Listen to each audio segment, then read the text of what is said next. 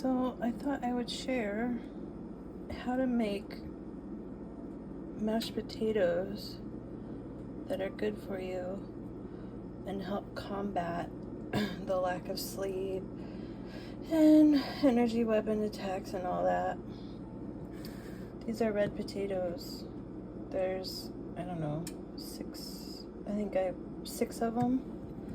Just chop them into pieces. Wash them. I had this, as I'm cutting them, I had it water in here. And as I cut them, I just throw them in the water. Then take them to your sink and swish them around and rinse them all off. Get all the frothy water that comes off. That's starch. You don't want starch. That's what messes with your blood sugar. Oh, sorry, the video. Someone's talking in the background. Hang on. That's my YouTube messed up on my other device. It just randomly turns on now, even though it's still not working. Be right back. Okay, I'm back. Sorry about that. Anyways, 6 potatoes. This is a, I don't know, 6 quart, whatever. Fill it with water, you know, halfway. And after you get your rinsed potatoes, just dump them in. Try not to spill on yourself. Dump it in, because see, the water will come up. It's a little bit too high, actually. But I'll take some out. There's nothing super special about cooking. You don't need fancy crap.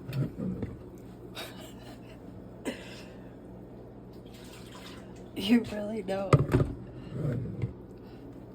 And it should be fun. Okay. Don't put it on high. It'll just boil all over the place. I had it set on, I don't know, I guess medium high. Got the water started heating up while I was cutting the potatoes. So now you can see, you want the water just covering. Let me get a knife or a fork or something. Here's a fork so you can see. The water's about that high above the potatoes. So, I don't know, what, less than an inch. Now that your potatoes are in, get salt. I'm getting salt and trying to take the lid off with one hand. Voila.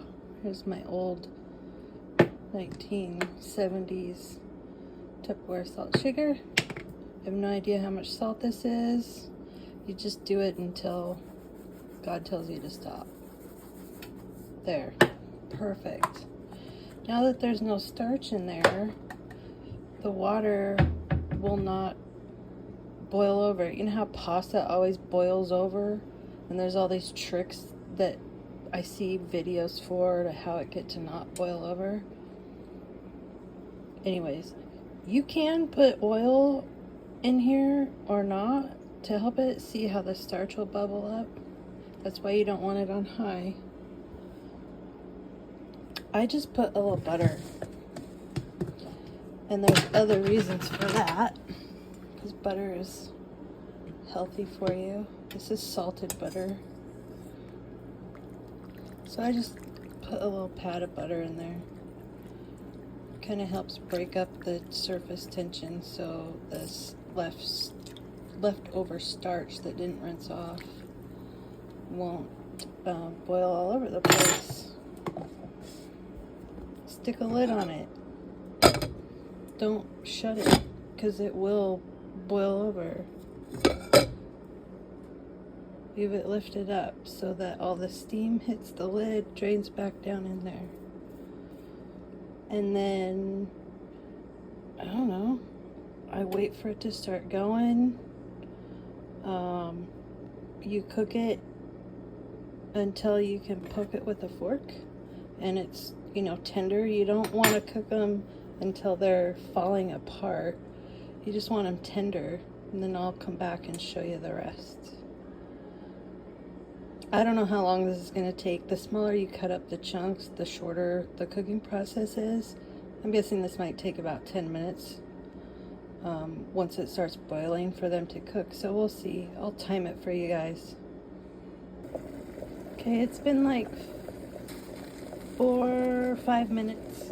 Now it's at a rapid boil, so you can see. I'm going to take my handy fork. Like I said, you don't need fancy utensils. Just give it a little stir. Make sure it's not sticking on the bottom. Get that butter kind of emulsified in the water. Get the salt stirred up in there. Kind of feel how they're doing. They are pretty hard still, but the edges are starting to get soft. So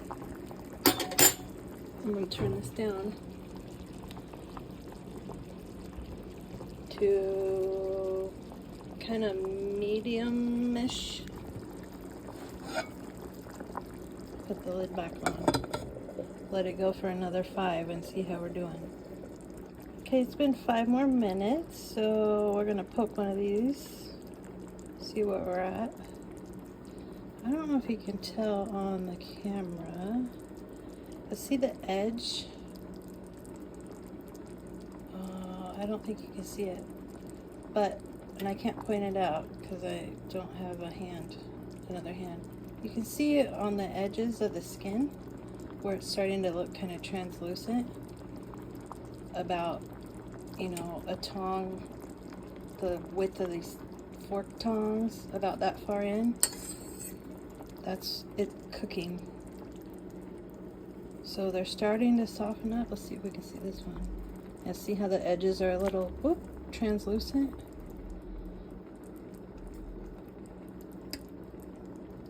Oh, did you hear the bass going by?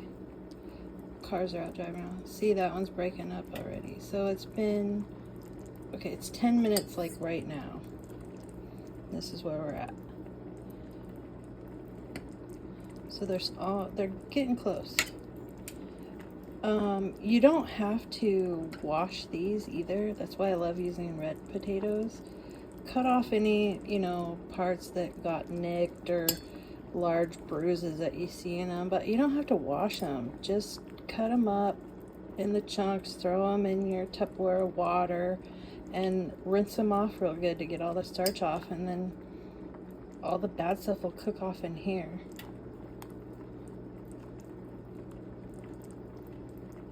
I mean, you can use produce wash if you want to. I never have, and I'm still alive and going. Anyways, see how the butter's sitting on top? See how there's very little starch? That's from rinsing. And I rinsed them thoroughly probably 3 times. And I just swirl them around in the Tupperware and dump it out. I don't use a strainer or anything. So don't scrub the skin off or have to peel them or whatever. Russet potatoes you need to peel, but red ones you don't. The skin has the good potassium, magnesium, and things in it. The salt adds more nutrients for you. We're not at the taste test point yet, but I'm going to let this go. Oh, we're getting close. I'll let this go a couple more minutes. So put the lid back on, let it go a couple minutes, and get out my strainer and stuff. Be back. Okay, it's been 15 minutes. Let's check them.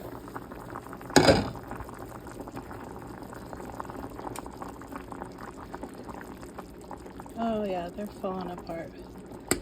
So just poke your fork down in there. It doesn't matter if they break apart. They're ready. And we know they're ready because the fork goes through evenly, but they don't, you know, fall to pieces. You can still stab a chunk. Sorry, I'm trying to do this watching through my phone. See? Alright, I'm going to leave the lid off and then show you what I got coming up. So I'm going to use the strainer. This is a silicone one. half and half, my 1980s potato masher, butter, that's about 2/3 of a stick. It's salted butter. So I'm gonna go off camera. I'm gonna take this to the sink and dump this out into there and strain off this water.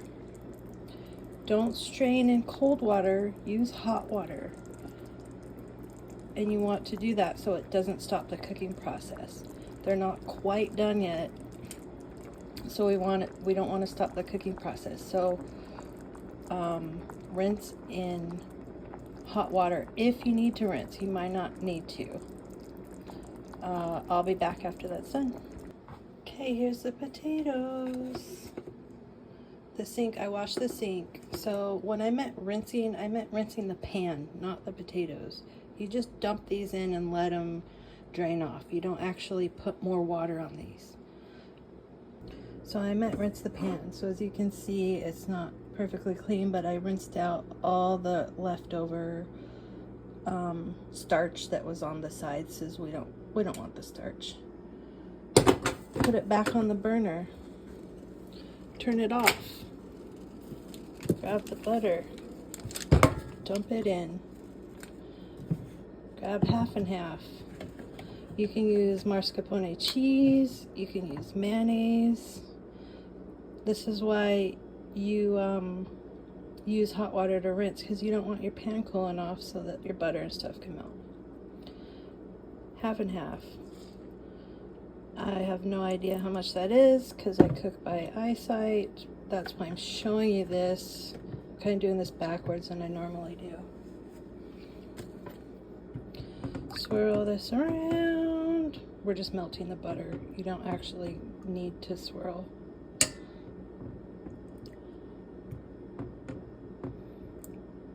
And this was in the fridge, so it's not softened. You can set your butter out and soften it if you want to. I try not to ever microwave anything. And you can look up cool ways to soften butter, or just not rinse your pan and melt it in your pan before you add stuff in it. I also use, I have a latte machine, and for the milk frothing I have a little stainless steel, I don't know, measuring cup thing that pours. So if I've forgotten to set out butter, I'll just put a stick of butter in that and set it right here next to the burner.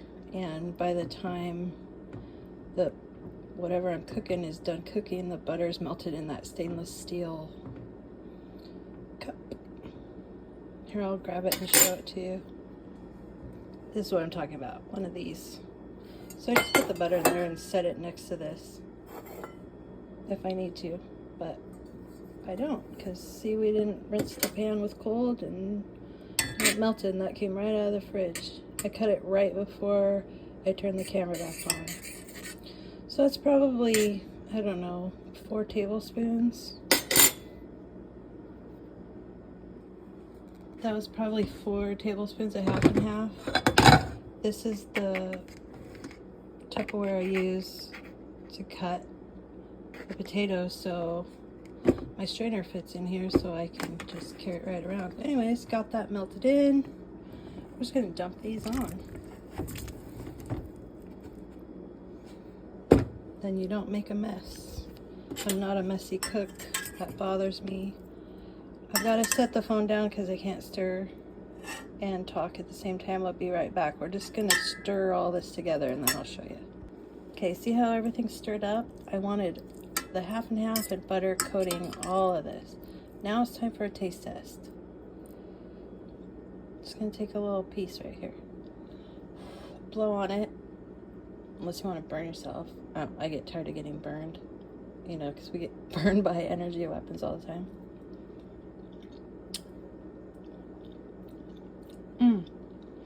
Perfect. Now you might think it's too salty.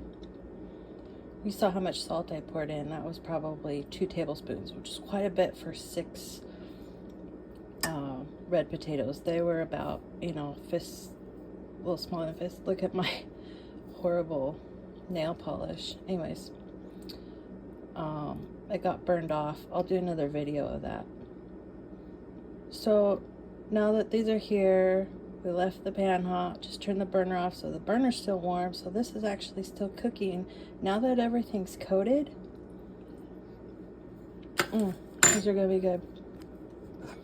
This is the trick. Put the lid on all the way. And while this is resting, the reason for this is it makes life a whole lot easier. And it's gonna be super easy to turn these into mashed. It's gonna be no work. And I hurt so bad. I learned all the tricks to make cooking as easy on my body as possible and clean up as easy as possible. So like these are super easy to wash because I keep everything rinsed as I go, and all I have over here is a fork. This is all I've used, besides my cutting board and knife, and I rinse those off and wash them right when I'm done with them. Be back.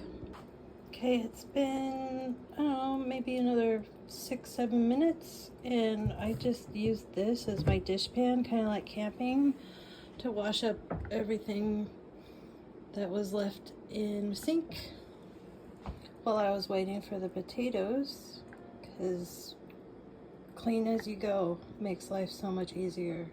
So if you're like me, once I sit down to eat, then I want to be super lazy afterwards and not do dishes. So as you're cooking, clean your utensils, wash everything while you're waiting for the cooking. Makes it a whole lot easier than doing a whole big kitchen full of dirty dishes after a big dinner. Okay, back to the potatoes. So they've been sitting here for about 6-7 minutes. See how the liquid has started to be absorbed by the potatoes? That's why we let them sit in here with the lid on.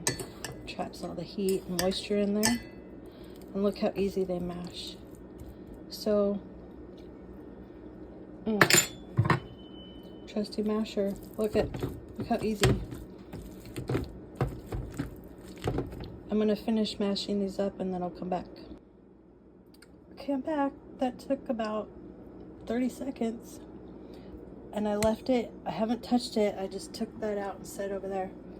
See, you can use your butter wrapper to keep your counters clean. Look, see, all the half and half in butter is not in the bottom anymore because it absorbed into the potatoes while we were washing dishes, and now that we've mashed them, it absorbed the rest of the moisture. So this is how they're looking. Now, if you want them smoother, whip it harder. Mash them harder, mash them more.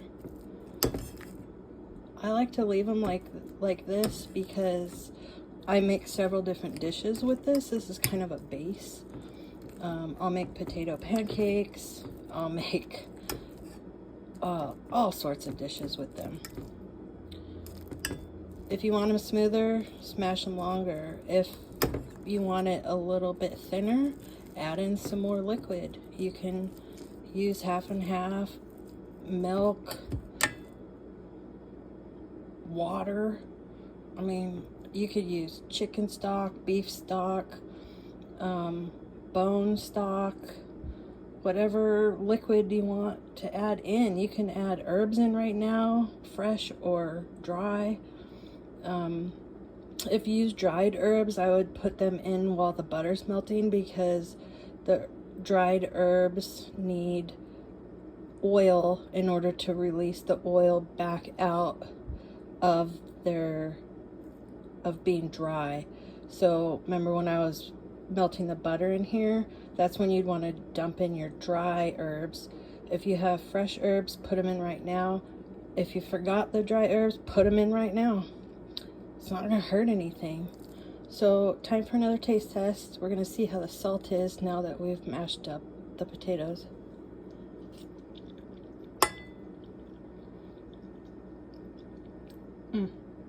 Sorry if you hear me chewing. I think it's so gross when people eat in videos, but this is cooking, so I gotta try it. They are perfect. They're perfect. that's how it's done. It's as simple as that. These are the easiest thing. And like I said, you can make tons of dishes out of this. Or eat them just like this. I like to fry them up. You just put butter in a fry pan and fry these. And flip them and then fry a couple eggs with them, sprinkle cheese on, or cut up a bunch of vegetables and do a stir fry and then have potato pancakes with stir fry on top and some gravy. I mean, it's unlimited. But I just wanted to show you guys, this is really good food. Plus it's comfort food. It tastes good when you don't feel good. We need lots of fats and salt when we're being attacked by the weapons. And potassium and magnesium are very important. I'm not a doctor, yada yada, blah blah, disclosure. For my personal experience, lots of potassium, magnesium, salt, and fat does a good thing. See how even though they're mashed, they don't like, you know, they're not sticky. It's because we washed off the starch. Anyways, try this out. You won't regret it. Yukon Golds, you can do just like this as well. If you like Yukon Golds, do them this way. You don't have to peel them. Or do a combination. You can do red with Yukon Golds. Yukon Golds don't have as much potassium. Red potatoes have the highest amount of potassium and magnesium in any potato, which is why I eat them.